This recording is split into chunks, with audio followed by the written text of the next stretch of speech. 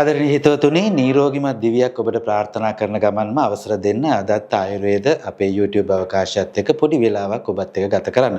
මේ කතිකාවත ඔබේ ජීවිතේ වෙනස් කරන වෙනත්ම සෞඛ්‍ය පුරුදු ඔබේ ජීවිතයට එකතු කරන සහ ඔබ ටිකක් බියවන සහ මේ පණිවිඩය දැනගත්ත ගමන්ම අපි හැමෝම 150කට වඩා මානසිකව වැටෙන රෝගී තත්වයක් මේක.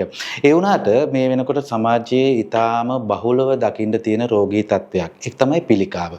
අද අපි කතා කරනවා මේ පිළිකාව මොන වගේද සහ පිළිකාවට ආයුර්වේදයේ තියෙන විසඳුම් මොනවද කියන කාරණාව මේ පිළිබඳව කතා කරන්න අද දවසේදී අපි අපේ වැඩසටහනට අපි සම්බන්ධ කරගත්තා ශල්‍ය වෛද්‍ය පශ්චාත් උපාධියක් ඉන්දියාවේදී ලබාගෙන ඒ වගේම BMS උපාධිය කොළඹ විශ්වවිද්‍යාලයෙන් ලබාගත්තු ආයුර්වේද වෛද්‍ය විශේෂඥවේදී ප්‍රියදර්ශනී ගුරුරත්න වෛද්‍යාචාර්යතුමිය අපි තම ආදරයෙන් ගෞරවයෙන් අපේ වැඩසටහනට පිළිගන්නවා ආයුබෝවන් කියලා ආයුබෝවන් ඔබතුමියට ආයුබෝවන් සුබ දවසක් කාන්තාවක් විදිහට ඔබටත් ඔබගේ පියවරු සම්බන්ධව ගැටලුවක් තිබෙනවා නම් ඔබටත් පුළුවන් ආරෝග්‍ය බ්‍රෙස්ට්ෆුල් ක්‍රීම් එක භාවිතා කරන්න. ඉතින් මේ මගින් ඔබට ඒ සම්බන්ධව තියෙන ගැටලු සියල්ලම निराකරණය කර ගැනීම හැකියාව තියෙනවා.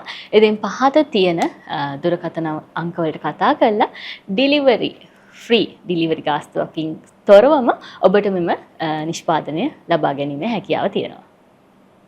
ඇයි වෛද්‍යාචාර්යතුමනි පිළිකාවක් කිව්වට පස්සේ මේ තරම් බොහෝ අය මේ තැති ගැන්මකට ලක් වෙන නිසා මානසිකව වැටෙන්නේ මේකට තියෙන ප්‍රධාන හේතුව මොකද්ද?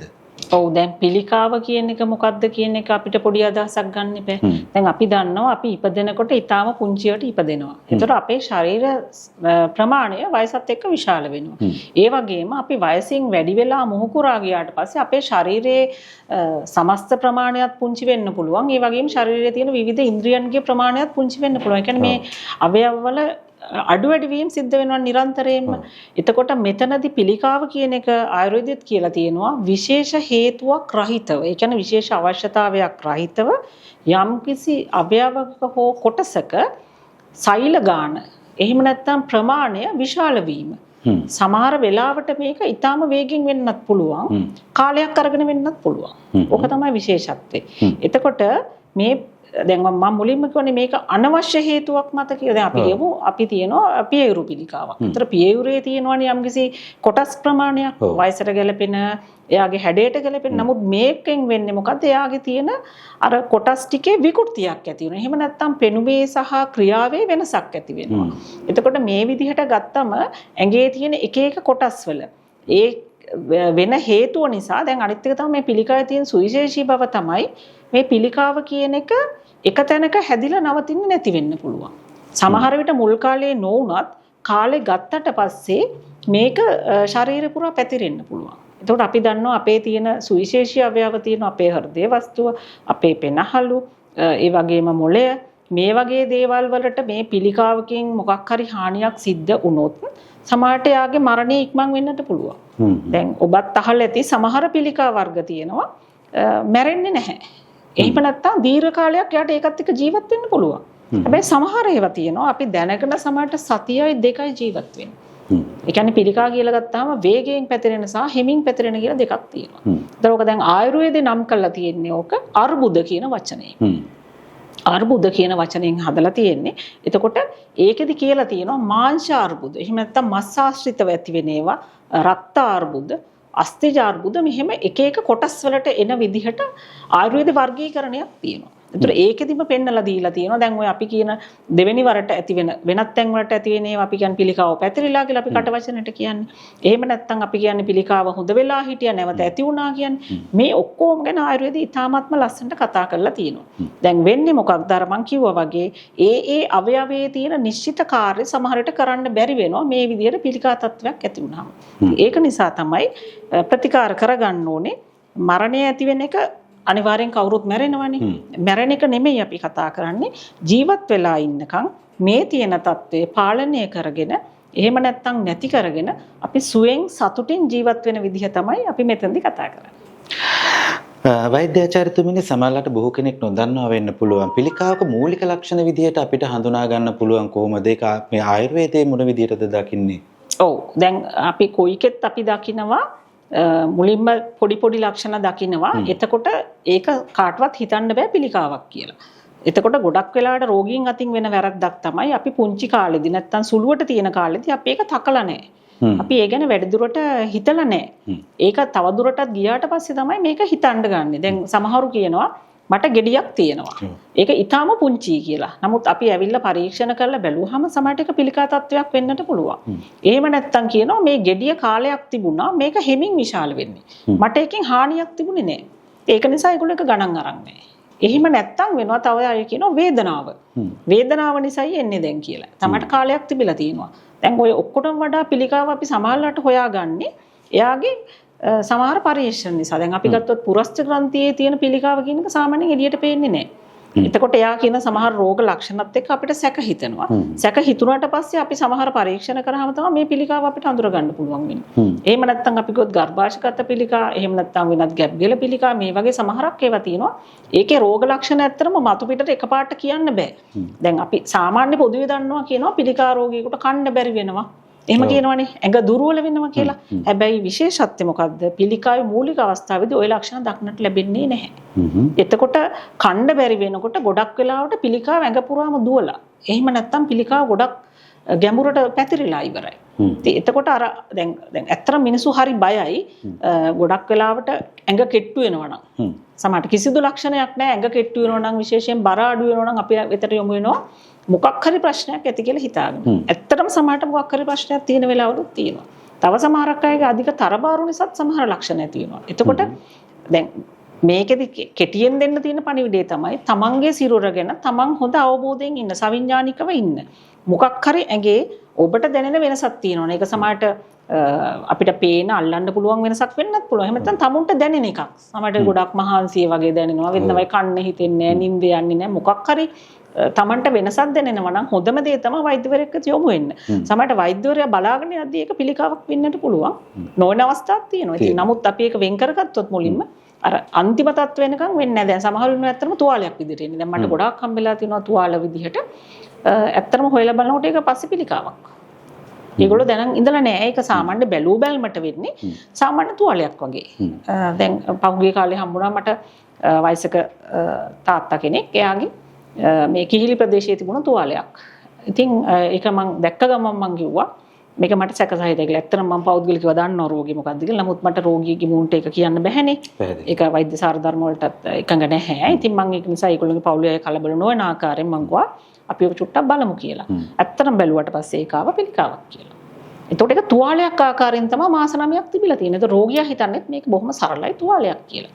ඒතර අවාසනාවකට ඒක ප්‍රතිකාර කරපු කවුරු හරි වෛද්‍යවරු වේවා හරියට අඳුරගෙන තිබුණේ නැහැ. කවුරු හරි වේවා. එතකොට දැන් අපේ පුරුද්දෙන් අපි දන්නවා මේක සමහර සැකසහිත ලක්ෂණ. දැන් තුවාලයක සාමාන්‍ය ස්වභාවයට වඩා මේක වෙනස්. ඉතින් එතකොට අපිට බැලුවාම හිතෙනවා දැන් සමහරු වෙනවා කකුලේ දුමුමක් විතරයි තියෙන්නේ. ඔබත් පුදුම වේවි. නමුත් හොඳට බැලුවට පස්සේ තේරෙනවා මේක වෙනස් කියලා. සමහරට ලේ පිළිකාවක් වෙන්න පුළුවන්, මාංශමය පිළිකාවක් වෙන්න පුළුවන්. අපිට ඇත්තටම කාටවත්ම ප්‍රතිකාර කරගන්න බැරි අවස්ථා තියෙනවා. දැන් මේ ළඟදී ආව වයස අවුරුදු 80 ගානක තාත්තා කෙනෙක් පින්තූර පෙන්වන්න තිබුණා මං හරි ආසයි. ඔළුවේ තිබුණ ලොකු තුවාලයක්. හරියට ජටාවක් වගේ එකක් බැඳගෙන මගේ ළඟට ආවේ. බලනකොට ඔළුව පුරාම ලොකු පිළිකාවක් තිබුණා. ඒක සුව කරන්නම බෑ. ඒක බොහොම දුර්ලභ ගණේ හම්බෙන පිළිකාවක්. නමුත් එයාට අධික වේදනාවක් තිබුණා. එතකොට ඉතින් අපි කරන් ගියේ මොකද්ද? එයාට තුවාලට බේත් කරලා ඉන්න ටික සතුටින් ඉන්න තමයි අපි උදව් කරේ. එතකොට ඒකයි එකිනෙකට වෙනස් ලක්ෂණ වලින් තමයි එන්න පුළුවන්. ඒතර අහවල් ලක්ෂණේම කියලා කියන්න අපිට අමාරුයි. පරීක්ෂණ පිළිබඳව කතා කරපු නිසා මේ අපි දන්නවා මේ බටහිර වෛද්‍ය විද්‍යාවේදී මේ MRI පරීක්ෂණ, CT ස්කෑන් පරීක්ෂණ වගේ දේවල් යොදා ගන්නවා මේ වගේ පිළිකාවක් මූලික අවදීන් හඳුනා ගන්න සහ ප්‍රතිකර්ම කරන්න. එතකොට මේ ආයුර්වේදයේ තුලදී මොන වගේ ක්‍රමවේදද භාවිතා කරන්නේ වෛද්‍යාචාර්යතුමියනේ මේ පිළිකාවක් හඳුනා ගන්න මේ රෝගී තත්ත්වයක් නිරීක්ෂණය කරගන්න? ඔව් එකක් තමයි දැන් මෙහිමයි. දැන් අපි ඔය බටහිර වේවා ආයුර්වේද වේවා පරීක්ෂණ කියන එක තාක්ෂණය. දැන් ඔබත් මං හිතන්නේ ජංගම දුරකථනයක් පාවිච්චි කරනවා මාත් පාවිච්චි කරනවා. ඒකට ඒක කාගේවත් විශේෂ අයිතියක් නැහැ. ඒක අපේ තාක්ෂණය. දැන් ඔබත් වාහනයක් පදවනවා වෙන්න පුළුවන් මමත් වාහනයක් පදවනවා වෙන්න පුළුවන්. ඒතර මේ තාක්ෂණයේ කතාව. නමුත් ආයුර්වේදයේ මූලිකම ලක්ෂණ ටිකක් දීලා තියෙනවා. එකක් තමයි රෝගියාගෙන් ප්‍රශ්න අහලා විසඳ ගන්න පුළුවන් දේවල්. ඊට පස්සේ බලලා පරීක්ෂණය, ඒ කියන්නේ පාටින්, හැඩයෙන්, ප්‍රමාණයෙන් සහ සමහර ස්ථාන. දැන් අපිට පුරුද්දෙන්ම දන්නවා සමහර ස්ථානවල යම්කිසි ලක්ෂණයක් කියනකොට සමහරට පළවෙනි වචනේ කියනකොට අපි දන්නවා මේක පිළිකාවක් වෙන්න පුළුවන් කියලා. අපි සාමාන්‍ය කෙනෙක් දන්නේ දැන් ගොඩක් අපිට හම්බ වෙනවා තයිරොයිඩ් ග්‍රන්ථියේ පිළිකා තියෙන රෝගීන්. ගොඩක් හම්බ වෙනවා. එතකොට සමහරට අපි දිහා බැලුවම අපිට එළියේ ඉඳලා සැක කරන්න පුළුවන්. හැබැයි මේ අපිට සැකේ තහවුරු කරගන්න ඕනේ. අන්න එතෙන්දි තමයි අපි ඔය ගිහිල්ලා පරීක්ෂණ කරගන්නවා කියලා එකක් කරන්නේ. ඒතර සමහරට අපි ඒක ස්කෑන් පරීක්ෂණයක් වෙන්න පුළුවන්. ගොඩක් වෙලාවට අපි කරන්නේ ඒකේ කෑල්ලක් අරන් බලන එක. මොකද ඒකෙන් තමයි හරියටම දැනගන්න පුළුවන් ඒකේ තියෙන සෛල වර්ගය මොනවද නැත්නම් සංයුතිය මොකක්ද කියලා. එහෙම නැත්නම් ඒකේ දියරමය දෙයක් පිරීලා තියෙනවා අපි ඒ දියරේ එළියට අරන් බලනවා මොකද්ද වෙලා තියෙන්නේ කියලා. තව සමහර වෙලාවල් තියෙනවා ඒ සැකසහිත පිළිකාව හෝ කොටස ඉවත්ම කරලා තමයි බලන්න වෙන්නේ. සමහර වෙලාවට මොකද අපිට එළියෙන් බලන්න කිසිදු ක්‍රමවේදයක් නැහැ. එතකොට දැන් නවීන තාක්ෂණයත් එක්ක ගොඩාක් එකතු වෙච්ච තියෙනවා පරීක්ෂණ ක්‍රම. නමුත් අපිටත් එක එක පිළිකාවට විය හැකි ලක්ෂණ ගැන අපි අපේ වචනෙන් මම කිව්වොත් අර්බුද කියන එකනේ ආයුධ අපි පාවිච්චි කරන අර්බුදනේ. ඒ අර්බුදවල ලක්ෂණ අපිට වෙන වෙනම දීලා තියෙනවා. ඒක දැන් ගොඩක් දිගට කතා කරන්න බැරි නිසා මම විස්තර කියන්නේ. එතකොට අපි මේ සැකසහිත තැන්වලදී පිළිකාවක් කියලා හිතුවොත් මම කිව්ව එක අපි නවීන තාක්ෂණයෙන් තහවුරු කරගන්නවා. ඔව්. ඒක තමයි සිද්ධ වෙන්නේ. සහ ගොඩක් වෙලාවට අපිට එන්නේ රෝගියා වෙන තැනකදී ඒක පිළිකාවක් කියලා අඳුරගත්ත අය. දැන් වර්තමානයේ තියෙන ටියුමර් මාකර්ස් කියලා කියන්නේ අපේ මේ ලේවලට එකතු වෙන යම්කිසි සංයුතියක් අරගෙන බලනවා. ඒක ඇත්තටම පිළිකාවද එක එක අවයව වලට ඒ ටියුමර් මාකර්ස් වෙනස්. දැන් ගොඩාක් එනවා වයසක අය එනවා මේ ඔය මුත්‍රා ගැටලුවක් කියාගෙන එනවා ගොඩක් වෙලාවට. එතකොට ඒගොල්ලොන්ගේ තියෙන පුරස්ත ග්‍රන්ථියේ තියෙන රෝග අවස්ථා. ඉතින් අපිට පැටලෙන එකක් තමයි ගොඩක් අයගේ අපි එහෙම බලන් යනකොට හම්බෙනවා ඒක ආශ්‍රිත පිළිකා. එතකොට එහෙම නැත්නම් අපි කියමු දැන් සමහරක් අය පිටිපස්සේ තුවාල එහෙම නැත්නම් අර්ශස් කියාගෙන එනවා. කාටවත් පෙන්නලා නැහැ. සමහරට තුවාලෙත් එක්ක හෝ රෝගී තත්ත්වයක් එක්ක අවුරුදු 20 30 ගණන් ජීවත් වෙලා තිනවා. වාසනාවකට මොකුත් වෙලා තිබිලා නැහැ. නමුත් අපි පරීක්ෂා කරනකොට අපිට පේනවා ඒක පිළිකා තත්ත්වයක් කියලා. ඉතින් ඒකම එක එක රෝගී තත්ත්වයක් එක්ක එක එක ලක්ෂණ අපිට දීලා තියෙනවා. ඒතර අපේ සැකසහිත නම් නවීන තාක්ෂණයට එකතු වෙනවා. බොහෝ කෙනෙක් මෙවැනි රෝගියක් ඇති වෙන්නේ මොන වගේ හේතු නිසාද කියන කාරණාව සම්බන්ධයෙන් අවබෝධයක් නැති වෙන්න පුළුවන්. අපි ඒ ගැන කතා කරමු වෛද්‍යාචාර්යතුමිය. ඔව්. එකක් තමයි අර දැන් අපි සාමාන්‍ය ඕනම රෝගයකට තියෙනවා අපේ ජානමය සම්බන්ධයක් තියෙන වෙලාවල් තියෙන්න පුළුවන්. ඒක හැම රෝගෙටම නෙමෙයි. නමුත් සමහරක් ඒවට තියෙනවා. එහෙම නැත්තම් මං කියු එකයි අද සමහරට අපි පාවිච්චි කරන තාක්ෂණයේ ගැටලුත් තියෙනවා. ඉස්සරට වඩා. මොකද මේවා අපේ පොත්පත්වලත් සමහර විදිහට කියලා තියෙනවා සංස්කෘත භාෂාවෙන්. එතකොට අපි කිව්වොත් එහෙම අද තියෙන සමහර කිරණ වර්ග සමහරට අපේ තියෙන උපකරණ වලින් එන කිරණ. එහෙම නැත්තම් අපිට සූර්යයෙන් හෝ වෙනත් එන සමහරට අපි අහලා තියෙනවා අහිතකර කිරණ තියෙනවා කියලා. ඒතර මේවට වඩා එකතු වෙනවා ඊළඟට අපේ තියෙන විහරණ ගැටලු. අර ඉස්සලා කිව්වා වගේම දැන් අපි සමහරලාට වෙන්නේ එකයි අපි ඒක මූලික අවස්ථාව අපිට හිතන්නවත් වෙලාවක් ඉතුරු වෙන්නේ නැහැ. සමහරට පුංචි ගැටිත්තක් තියෙනවා වෙන්න පුළුවන්. අපි ඒක එදිනෙදා මං කිව්වේ වේදනාවක් වගේ නැත්තම් ඒක නොසලකා හරිනවා. එහෙම නැත්නම් ඒක ඊටාම පුංචි නම් අපිට රූපලාවන්‍ය ගැටලුවක් ආවේ නැත්තම් වෙනත් ඇඟට අපහසුයක් ආවේ නැත්තම් අපි මේක නොසලකා හරිනවා. එතකොට මෙතනදි වෙන්නේ මොකද්ද? ඒක පසුකාලීනව ප්‍රශ්නයක් වෙන්න පුළුවන්. එතකොට තව සමහර දේවල් තියෙනවා මේ සමහර රූපලාවන්‍ය සඳහා එහෙම නියමිත උපදේශනයකින් රහිතව පාවිච්චි කරන සමහර වර්ග ක්‍රීම් වර්ග වේවා සමහර සබන් වර්ග වේවා ඒවා සමහරට කෙටි කාලීනව ගැටලුවක් නොවෙන්න පුළුවන්. නමුත් දීර්ඝ කාලීනව පාවිච්චි කිරීමේදී ගැටලු ඇති වෙන්න පුළුවන්. ඒකට ඇත්තටම දැන් ආයුර්වේදයේ අපි කතා කරන්නේ එක පුද්ගලයා කියන එක තියෙන්නේ. ඒ කියන්නේ අපි තම තමන්ගේ තියෙන ප්‍රകൃතිය කියලා එකක් අපි කතා කරනවා. ඒ කියන්නේ ඔබට ගැළපෙන එක ඔබේම නියුන් සහෝදරයාට ගැළපෙන්නේ නැති වෙන්න පුළුවන්. ඒ වගේ එකිනෙකනට වෙනස්. එතකොට අපි පොදුවේ යම් කිසි දෙයක් පාවිච්චි කරනකොට අපිට අපේ හැමට නොගැලපෙන්න වෙන්න පුළුවන්. අපේ ඇඟ ඇතුලේ තියෙන අනිත් අවයව වලට නොගැලපෙන්න පුළුවන්. එතකොට ඒකට ගැළපෙන උපදෙස් අරගෙන පාවිච්චි කළොත් මං හිතන්නේ ගැටලුවක් නැහැ. එහෙම නැත්නම් අපි අර වෙළඳ පොළට ගිහින් Taman තනියෙන් දෙයක් පාවිච්චි නොකර ඒ සම්බන්ධ ප්‍රවීණයෙක්ගෙන් උපදෙස් ගන්නවා නම් හොඳයි. ඊපස්සේ සමහර ඖෂධ වර්ග වෙන්නත් පුළුවන්. කාලයක් පාවිච්චි කරද්දී එහෙම වෙන්න පුළුවන්. ඊළඟට මට හිතෙන්නේ ගොඩක් වෙලාවට තියෙනවා මේ අපේ මානසික ආතතිය නැත්නම් මානසික අවිවේකී බවත් වක්‍රාකාරයෙන් අපේ ශරීරයේ තියෙන සියලුම පද්ධතිවල ක්‍රියාවන් වෙනස් කරනවා. එහෙම නැත්නම් අපි කියමු කාලයකට කලින් අපි කියමු තැල්මක් ඇති වුණා. ඒ තැල්ම පසු කාලීනව ඒක පිළිකාවක් දක්වා යන්න පුළුවන්. සමහරට ඒ වෙලේ අපිට එච්චර හිතෙන්නේ නැහැ. අපි ඒක වෛද්‍යවරයෙක් වෙත යොමු වෙන්නෙත් නැහැ. සමහරට බැලු බැලමට ගැටලුවක් ඇත්තෙම නැහැ. නමුත් ඒක පසු කාලීනව අවුරුදු ගානකට පස්සේ ඒක පිළිකාවක් දක්වා යන්න පුළුවන්. එතකොට ඒ අර මම ඉස්සලා කිව්වා වගේම තමයි කියන්න තියෙන්නේ එකිනෙක කෙනාට බලපාන විදිය වෙනස්. ඒකයි මම හැමතිස්සෙම යෝජනා කරන්නේ තමන්ගේ මොකක් හරි වෙනසක් තියෙනවා නම් තමන්ගේ අඩුම තරමේ පවුලේ වෛද්‍යවරයා හරි හම්බ වෙන්න. එතකොට එයාලා එතනදී ප්‍රශ්න විසඳයි. නැත්තම් වෙන්නේ භයානක තත්ත්වයක් ආවොත් එimhe ඔබට ජීවිතෙන් වන්දි ගවන්න සිද්ධ වෙනවා. මේ වෛද්‍යාචාර්යතුමියනි බොහෝ අය මේ අපි දන්නවා බටහිර වෛද්‍ය ක්‍රම වලට යොමු වෙනවා. ඊට පස්සේ ඒ වෛද්‍ය ක්‍රම මගදී නතර කරලා ආපහු ආයුර්වේද වෛද්‍ය ක්‍රම වලට යොමු වෙනවා. එහෙම නැත්නම් සමහරව ඉන්නවා මේ බටහිර වෛද්‍ය ක්‍රම මේ වගේ දේවල් කරන ගමන්ම මේ ආයුර්වේද වෛද්‍ය ක්‍රම වේදත් ප්‍රයෝගී කරගන්නවා මේ වගේ රෝගවල. මේ තත්ත්වයන් කොහොමද දකින්නේ? මේක සුබ දෙයක්ද? සමහරට රෝගී තත්ත්වයන් වර්ධනය වෙන්න හේතු කාරණා වෙනවද මේ සාධක? නෑ මෙහිමයි. දැන් ඇත්තටම මම හිතන්නේ ওই දෙකෙන්ම ලෙඩාට සාධාරණයක් සිද්ධ වෙනවා. නැත්te නැහැ. දැන් මම අර ඉස්සෙල්ලත් කිව්ව එක දැන් අපිට තාක්ෂණයේ තියෙනවනේ සීමාවල්. එතකොට දැන් බටහිර ක්‍රමයෙන් කරන කොටස සමහරට ආයුර්වේදයෙන් කරන්න බැරි වෙති. හැබැයි ආයුර්වේදයෙන් කරන කොටස සමහරට බටහිර ක්‍රමයෙන් කරන්න බැරි වෙති. දැන් ගොඩක් වෙලාවට රෝගියෙක් ගත්තාම පිළිකාවක් තියෙනකොට මට මතකයි එකපාරක් හිටියා ධනෙස්සේ තුවාලයක් සහිතව පොඩි දරුවෙක් අවුරුදු 16ක් විතර වනේ ළමයෙක්. එයාට තිබුණා අධික වේදනාවක්.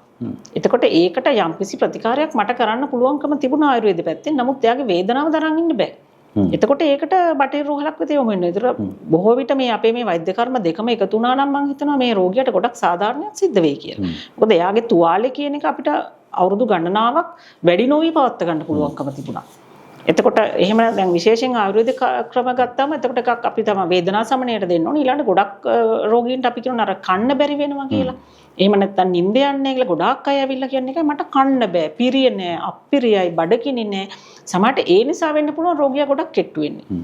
එතකොට ඒ නිසා තමයි යාගේ ඇඟේ තියෙන ප්‍රතිශක්තිය අඩු වෙන්නේ. ඉතින් එතකොට අපිට යාට කන්න පුළුවන් විදිහට බේත් හදන්න. ඊට පස්සේ ගොඩක් අය එකම තියෙනවා මලබද්ධය. ඒතර ගොඩාක් විඳවනවා ඒක නිසා. ඒතර අපිට ඒක නිවැරදි කරලා දෙන්න පුළුවන්. ගොඩක් අය කියනවා මට මේ ප්‍රශ්නෙත් එක්ක නිින්ද යන්නේ නැහැ. මට හිතෙනවා රෝගයට වඩා බයට. රෝගයේ තියෙන අපහසුතාවයට වඩා දැන් රෝගියාට දැන් ලේබලයක් ඇවිල්ලා තියෙනවනේ. දැන් මම පිළිකා රෝගියෙක් කියලා. ඒතර එයා මානසික පුදුමාකාර කැළඹිල්ලකින් ඉන්නේ. ඒතර එයාට නිින්ද යන්නේ නැහැ. ඒතර අපිට ඒකට ඖෂධ බේත් කරන්න පුළුවන්.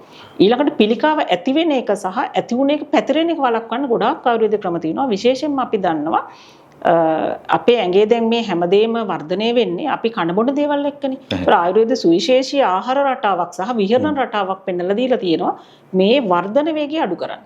අපි ඕකට බොහොම සරල වචනයකින් කිව්වොත් දැන් මම හිතන්නේ බටහිර අයත් එක පිළිගන්න තියෙනවා ලංඝන කර්ම කියලා. සමාවෙන්නේ ලංඝන කර්ම. ඒකයි මම මේ සංස්කෘත වචන කිව්වම අපහැදිලි නිසායි මම සමහරලාට මේ ඔබට තේරෙන වචන කියන්නේ ලංඝන කර්ම කියලා කියන්නේ අපි කෑම පාලනය කරන එක. කෑම රටාව ඒ කියන්නේ ප්‍රමාණ වෙන්න පුළුවන්, වර්ග වෙන්න පුළුවන්, කන වේලාව කන වේලාව වෙන්න පුළුවන්. ඒ විදිහට තියෙන එකක් ආහාර වලින් පාලනය කරන්න පුළුවන්. ඊළඟට අර මම හැමතිස්සෙම කියන වගේ එයාට මොකක් හරි බලපාන හේතු තියෙනවා නම් මේ පිළිකාව ඇති වෙන්න හෝ වැඩි දියුණු වෙන්න. ඒක අපි වෙන් කරගෙන ඒක ඉවත් කරගන්න ඕනේ. ඊට පස්සේ අපිට ඖෂධ වලින් පුළුවන් එයාගේ අර වර්ධන වේගය අඩු කරන්න. සහ පැතිරෙන වේගය අඩු කරන්න පුළුවන්. එතකොට අපි ඒකට සුවිශේෂී කොටසක් කරනවා. දැන් එතකොට අපි දැන් කියවනම් කණ්ඩබෙරියට අපි දීපන පාචන කියලා කොටසක් විශේෂයෙන් ආයුර්වේද යෝජනා කරනවා. ඊට පස්සේ අපි ලංඝනය කියන එකට විශේෂ කොටසක් තියෙනවා. ඒකටත් ගොඩක් කරලා පංචකර්ම කියන එක තමයි එකතු වෙන්නේ. ඒකෙදී අපි තව සුවිශේෂී කොටසක් තියෙනවා උද්වර්තන කියලා කොටසක්. උද්වර්තන කියන්නේ මේ ශරීරයේ තියෙන අනවශ්‍ය මේ දස් කොටස් එහෙම නැත්නම් අනවශ්‍ය වෙනත් විස සහිත කොටස් අපිට ඉවත් කරොත් මේක වර්ධන වේගය අඩු කරගන්න පුළුවන්. ඒතකොට ඒකටත් රෝගියාගේ දැන් අපි මේ ගොඩක් වෙලාවට කතා කරන්නේ මාරාන්තික තත්ත්වය ගැන නෙමෙයි. මොකද ඒ වෙලාවට අමාරුයි උදව් කරන්න. ඒතර ICU එකක් වගේ ඕන වෙනවා. මම කියන්නේ මූලික අවස්ථාවෙත් තමයි අපිට මේ ටික ඔක්කොම කරන්න කාලය තියෙන්නේ. එතකොට අපි රෝගියාට සමහරක් වෙලාවට ඊට පස්සේ බෙහෙත් වර්ග දෙනවා. බොණ්ඩ දෙනවා. එතකොට අර කිව්වා වගේ ඒක ඉදුම අඩු වෙන්න, වේදනාව අඩු වෙන්න, පැතිරීම අඩු වෙන්න ඒකට ගොඩාක් බෙහෙත් වර්ග තියෙනවා. ඒතර දැන් ඕකේ සුවිශේෂී කොටස තමයි අපි ස්ථානිකව බෙහෙත් දෙනවා කියලා එකක් කරනවා. ඒ කියන්නේ දැන් අපි දන්නවනේ කරන්ට් අල්ලනවා ඉවත් කරනවා කියලා. එතකොට අපිටත් තියෙනවා අග්නි කර්ම කියලා. ආයුර්වේදයේ අග්නි කර්ම කියලා කොටසක් තියෙනවා. අපි ඒකෙදී ඒ වගේ පිළිසීම් කටයුතු කරන ඊට පස්සේ අපි ශාර කර්ම කියලා එකක් තියෙනවා. අපි ඒකෙදිත් පුළුවන් අනවශ්‍ය පටක වැයවීම නවත්තන්න සහ ඉවත් කිරීම කරන්න පුළුවන්. සමහරට කිසිදු උපකරණයක් පාවිච්චි නොකර ඒ කියන්නේ කපන්න වගේ නැතුව මම හිතන්නේ රෝගීන් ඒකට ගොඩක් කැමති. ඊට අර කිව්වා වගේ සමහර වර්ධනයන් අපිට සීමා කරන්න පුළුවන් අනවශ්‍ය විදිහට ආපු විස සහිත රක්තය ඉවත් කිරීම. අපි ඒකට කියන්නේ ආයුර්වේද රක්ත මෝක්ෂණය කියලා. මේ ටික කරන්න පුළුවන්. මේකට අපි ආයුර්වේද කියන්නේ පරාශල්‍ය කර්ම කියලා. එතකොට ශල්‍ය කර්ම කියලත් කොටස් ඉවත් කිරීමත් කරන්නටත් පුළුවන්. එතකොට ඒ මුකුත්ම නැතුව සමහරට අපි ආලේප ගන්නවා සමහර තැන්වල. ආලේපයෙන් පුළුවන් ඇතුලේ තියෙන වර්ධන වේගය අඩු කරන්න පුළුවන්. සමහරට තෙල් ගෑම, තැබීම් වගේ දේවල් කරන්න පුළුවන්. එතකොට ඇත්තටම ගත්තොත් ආයුර්වේදයේ ලොකු පරාසයක් තියෙනවා. මේ වෙනකොට ඔබ සතුටුත් වෙයි. ගොඩක් ඉන්නවා පිළිකාවල විවිධ මට්ටම් වල සහ විවිධ පිළිකා තියෙන රෝගීන් අපේ සායන සඳහා යොමු වෙනවා. ප්‍රතිකර්ම කරන්න බැරි තත්ත්වයක් කියන්නේ පිළිකාවක් මොන ආදීරට වගේ ආවදම වෛද්‍යාචාර්යතුමනි? ඒ කියන්නේ අමාරුම තත්ත්වයක ඉන්නවා කියන තත්ත්වය අපි සාකච්ඡා කරොත් එහෙම මොන වගේ තත්ත්වයකට ආවට පස්සේද සාමාන්‍යයෙන් රෝගියෙක් ඒ වගේ තත්ත්වයකට තුන්වෙනි ආදීරේ වගේ ඉන්නේ තත්ත්වයක්? ඒ කියන්නේ දැන් අපි එකක් පරීක්ෂණ කරලානේ පටන් ගන්නෙ. පරීක්ෂණ කරලා පටන් ගත්තාම සමහරවිට ඒක එනවා ඉතා වේගයෙන් පැතිරෙන කියලා එකක් එනවා. ඒ කියන්නේ පොඩි කාලයක් ඇතුළත පැතිරලා එනවා. සමහරට සතියක් දෙකක් තුනක් ඇතුළත පාව ඉතා වේගයෙන් පැතිරෙනවා කියලා එනවා. එතකොට ඒකට අපිට සරලව ප්‍රතිකාර කරන්න බෑ. එතකොට අනිවාර්යෙන් තාක්ෂණයත් එක්ක ඉක්මන් ප්‍රතිකාර අවශ්‍යයි. එහෙම නැත්නම් ශරීරයේ පුරාම මුළුමනින් පැතුරුණා එනවා. ඒ කියන්නේ රෝගය පටන් ගන්න තියෙන එක තැනකින් වෙන්නට පුළුවන්. මේ වෙනකොට ශරීරයේ තියෙන ගොඩාක් අත්‍යවශ්‍ය අවයව වලට ඒව පැතිරිලා ඉවරයි. එතකොට ඉක්මනින් ප්‍රතිකාර කරන්න ඕනේ. එහෙම නැත්නම් අපිට තේරෙනවා සමහර රෝගීන්ගේ මේ වෙනකොට අපි කියන්නේ අර දෙවෙනි කොටස උපද්‍රව තත්ත්වයට ඇතිලා. ඒ කියන්නේ අපි කියමු රෝගියාට එයාගේ මොනවද ලංස් වලට ගිහිල්ලා කියලා. එහෙම නැත්නම් අපි කියමු යාගේ මොළයට මේක පැතිරිලා ගිහින් කියලා. එතකොට අපේ තියෙන ඇඟේ තියෙන ප්‍රධානම මර්මස්ථාන එහෙම නැත්නම් පාලක මධ්‍යස්ථානනේ. මේ පාලක මධ්‍යස්ථාන වලට හානියක් වුණාම මේ ඉක්මනටම අපි ප්‍රතිකාර කරන්න ඕනේ. මොකද එතකොට අපිට කල් ගන්න බෑ. ඒ වගේ වෙලාවට ඊටාම වේගෙන් ප්‍රතිකාර කිරීමට අවශ්‍යයි. සමහර ඒවා හැබැයි ශල්‍ය කර්මයෙන් ඉවත් කරන්න බැරි තැන්වල පිළිදලා තියෙනවා. බොහොම කලාතුරකින් එන සමහර පිළිකා තියෙනවා ශල්‍ය කර්මයකින් උපකරණයකින් ඉවත් කරන්න බැරි. ඒවා දැන් ගොඩක් රට මොලේ සමහර පිළිකා. ඇත්තටම මගේ සායනෙත් ඉන්නවා හිම කීප දෙනෙක්ම. නමුත් දැන් ප්‍රතිකාර කළ බැලුවම මාස 6කින් විතර ඊටාම හොඳ ප්‍රතිඵල ලැබිත් තියෙනවා. කියන්නේ යාළුවට තියෙන ගොඩක් අපහසුතා හිම වෙනස් වෙලා අඩු වෙලා ගිහිල්ලා තියෙනවා. ඒකයි ඒකට සමහරට අර අවයවයකට උපකරණකින් ලං වෙන්න බැරි තැන් තියෙනවනේ. මොකද වෙනත් ගොඩක් බාධක සහ ප්‍රශ්න තියෙන නිසා. එතකොට ඒ වගේ වෙලාවට ඒ රෝගියාට සමහරට කරන්ට් අල්ලන්නත් බැරි අවස්ථාවක් තියෙනවා. ඒ වගේ වෙලාවෙදී ආයුර්වේදයෙන් අපිට ගොඩාක් උදව් කරන්න පුළුවන් වපසරියක් තියෙනවා. මේක චුට්ටක් බලලා යන්න. ඉසකස් නිසා මානසික වැටලා දින්නේ. කොණ්ඩේ ගිහිල්ලාද තියෙන්නේ, ඉදිලාද තියෙන්නේ, පැහිලාද තියෙන්නේ. මෙන්න තියෙනවා නියම විසඳුම. අෂ්ටාදි ආරෝග්‍ය නැචරල් හෙයා ඔයිල්. දිවසටම ගෙන්න ගන්න පහළ තියෙන දුරකථන අංකයට WhatsApp කරන්න. හොඳයි ඉතින් ආදරණීය හිතවතුනි අද අපේ මාතෘකාව උනේ මේ පිළිකාවට ආයුර්වේද විසඳුම් කියන කාරණාව. මම හිතන්නේ අද දවසේදී ඊටම වටිනා සාකච්ඡාවක් අපිට ගොඩනගා ගන්න පුළුවන්කමක් ලැබුණා. සමහර ලාවට ඔබට දෙයක් ඔබේ ශරීරයේ වෙනස්කමක් ඇති වෙනවා නම් මුල ඉඳලා මේක හඳුනා ගැනීම සමහර ලාට රෝගී ලක්ෂණ වලට ගිහිල්ලා ඒ රෝගය ශරීරයේ තුල ව්‍යාප්ත වෙන එක වර්ධනය වීම වළක්වා ගන්න ඔබට පුළුවන්කමක් තියෙනවා. විශේෂයෙන්ම ඔබ ගැන සැලකිලිමත් වීම ඊටම වටිනා කියන කාරණාව මතක් කරන්න ඕන. අද දවසේදී මේ සංවාදය ගොඩනගා ගන්න අපිට සම්පත්දායකත්වය ලබා දුන්නේ ශල්‍ය වෛද්‍ය පශ්චාත් උපාධියක් ලබාගත් ඉන්දියාවේදී ඒ වගේම BMS උපාධිය කොළඹ විශ්වවිද්‍යාලයෙන් ලබාගෙන මේ වෙනකොට බණ්ඩාරනායක අනුස්මරණ ආයුර්වේද පරීක්ෂණ ආයතනයේ නාවින්න මහරගම සේවය කරන මේ ආයුර්වේද ආයතනයේ සේවය කරන ආයුර්වේද වෛද්‍ය විශේෂඥ වෛද්‍ය ප්‍රියදර්ශනී ගුණරත්න මහත්මිය අපි එතුමියට ඉතාම ආදරයෙන් ගෞරවයෙන් අද දවසේදී වැඩසටහනින් සමුදෙනවා. ආයුබෝවන් කියන ගමන්. ආයුබෝවන් ඔබතුමියට. ආයුබෝවන්. ඔබට පුළුවන් අපේ channel එක subscribe කරන්න, bell button එක click කරන්න. එතකොට මෙවැනි ඔබ නොදන්න ගැටලු පිළිබඳව රෝගී තත්ත්වයන් පිළිබඳව ඔබ කොහොමද පරිස්සම් වෙන්න ඕන, ඔබේ ජීවිතය කොහොමද සුවපත් කරගන්න ඕන කියන කරුණු කාරණා පිළිබඳව අවධියෙන්, අවධානයෙන්, අවබෝධයෙන් ඉන්න ඔබට අවස්ථාවක් ලබා ගන්න. පරිස්සමෙන් ඉන්න, සතුටින් ඉන්න ප්‍රාර්ථනා කරන්න ඔබට නිරෝගීමත් දවසක්.